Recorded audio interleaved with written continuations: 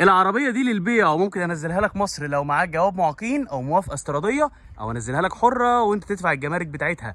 هيونداي جرانت اي 10 موديل 2024. الموتور اللي موجود في العربيه دي 1200 سي سي. عربيه حلوه جدا، موديل 2024. عندك حساسات خلفيه وكاميرا خلفيه والجنوط السبور. تعالوا بقى نتفرج عليها. العربيه دي خليج يا جماعه. الفرش بتاعها من القماش حلو جدا. عندك فتحات تكييف خلفيه.